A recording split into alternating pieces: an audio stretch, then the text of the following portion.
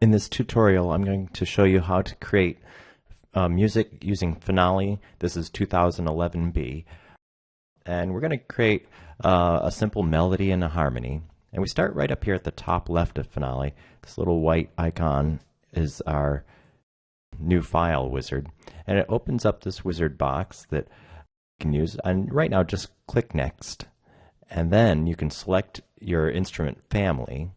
And I'm going to pick something from the strings. We'll have one for violins, and then maybe we'll just add 2 violins. We'll change instruments later. I'll show you how to do that.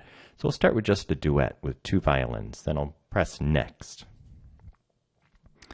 Then the title, well, we'll make it Twinkle today. And oh boy, what was that French name for Twinkle? Oh, here it is. I can't pronounce this French name. So there's Twinkle. We'll use that as the subtitle. Composer. This is a French folk song. And we'll leave arranger blank for now. I'll show you how to deal with things like that. Then I'll hit Next. So I'm going to leave this in 4/4 time. And we'll make this first attempt in D major. Make it nice and friendly for a beginning string player. Number of measures, this defaults at 31. And let's say I put in 8 bars. A little too many. I'm just going to use the first A part of this phrase. Now once I hit finish, it's going to generate a document for me. And as you can see, it has the title, the composer here, it's a French folk song, the subtitle, and the arranger, it just has blank. At a later time, if you want to change any of this information, you go to the File menu, come down to File Info, and you can change any of these things, add an arranger, whatever you want. Now, the easiest way to enter notes is with this left area. Now, this thing can be at the top. I have mine over at the left. You can actually drag this around if you want. It moves about the screen like so. So it can be just about anywhere. But if you click on, say, quarter notes, you could start just clicking in the notes to Twinkle, Twinkle like this. We'll start on D here. A. I'm going to want a half note for the next A, so I'm going to click on the half note icon and go like this.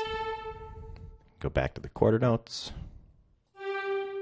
This is not the fastest way to enter notes into Finale, but it's the simplest. Then a half note.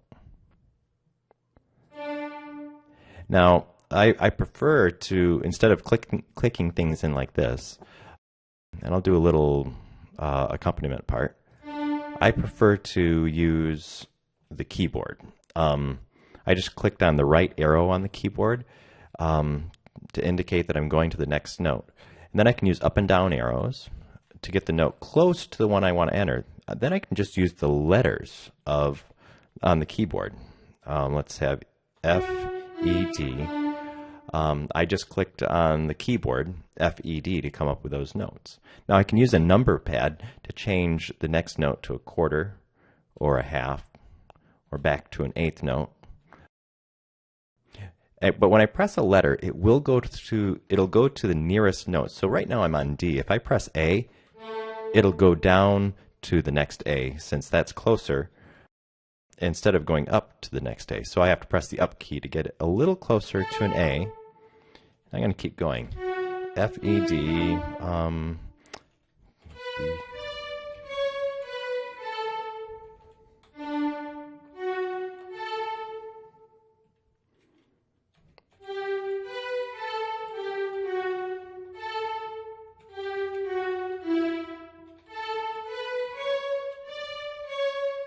This last note will make a quarter note.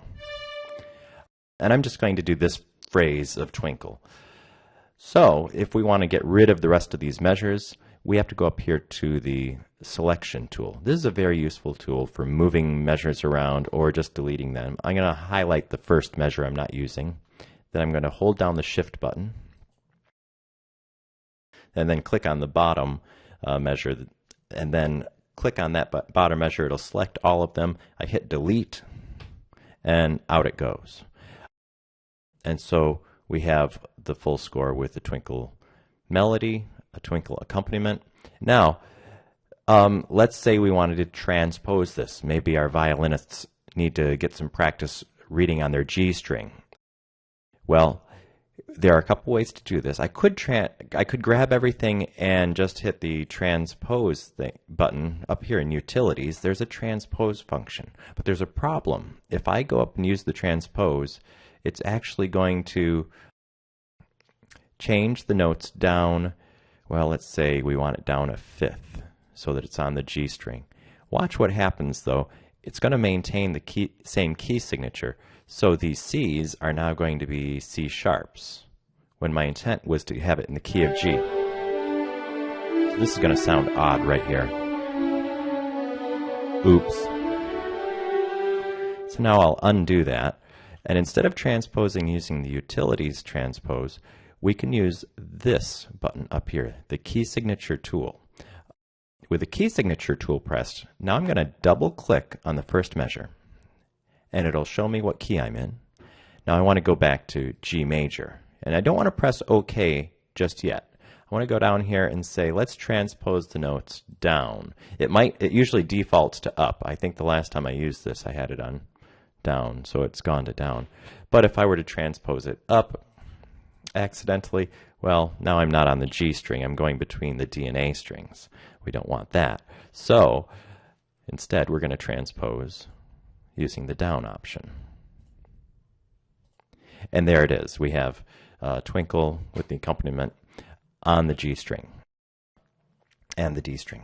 So with that, if you want to, you can even change your parts.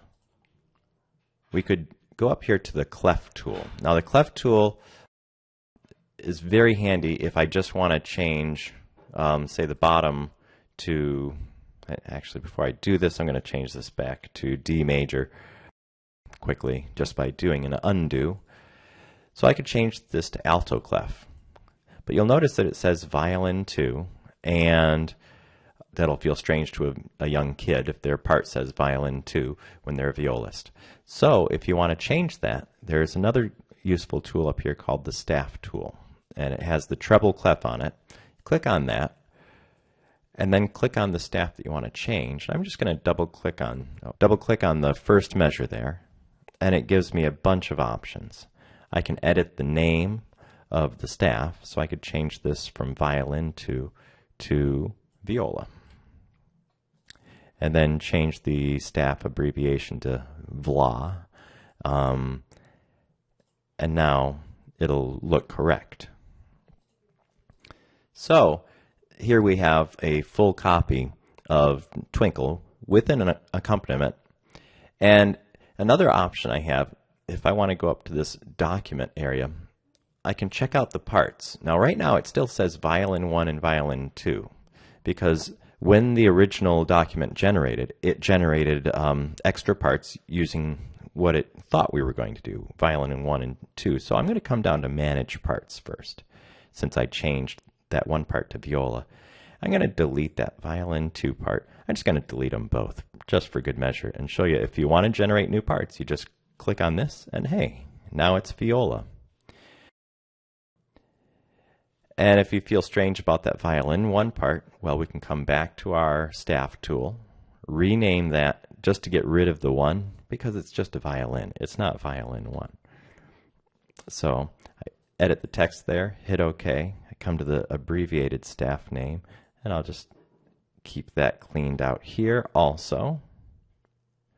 Hit OK, and now that's just a violin part.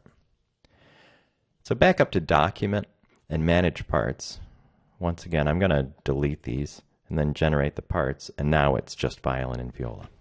So what good are these managed parts? Well, we can break out the two lines we have here into separate parts. There's a violin part that's just the violin part, and there's a viola part that's just the viola part. Now you notice that they aren't formatted very well right now. The violin part and the viola part each have this measure hanging on its own line. So I can come down back again with the selection tool, this very useful tool. I'm going to click on the last measure, and you can move things around very easily using the selection tool. Right now I'm using the up and down arrow. If I click on a measure and click down arrow, it'll pull it down to the next line. If I click on an up arrow, it brings it to the next line up. You could also do this through the menus here. I could say Utilities, and then move to the previous system, and now it moves that measure up to the previous system. That's just a little more cumbersome than using the arrow keys. So now I'm going to slide on back and edit the violin part the same way. I still have the selection tool, so I'm going to use the up arrow, move that up to the next line. So now it looks like it's pretty well ready to go. We have a violin and a viola part. We even have a score. And maybe we want to get rid of the arranger because, well, we don't have one written. I'm not going to put my name on it. I didn't arrange this. It's just Twinkle. And then we go to the text tool. And if you look up where the letter A is, this text tool, if you click on it, gives us little boxes. And we could delete or edit any of these text boxes. So I'm going to click on the arranger box, and you'll notice it's pink now. So if I hit the delete button, it goes away. And now that should be gone for all of the copies. So there are tons of other options for formatting this, moving things around, making things look different. But I just wanted to show you the very basics for getting a simple melody and a harmony down. So you just need to print from this point. Like anything else, it's File and then Print. And when you print, you're going to want to select your parts too, unless you just want the score. And I tend to make PDFs, and then I mail it to myself at school, and then I do my printing there. But this is the way I quickly do things, so I hope that was helpful.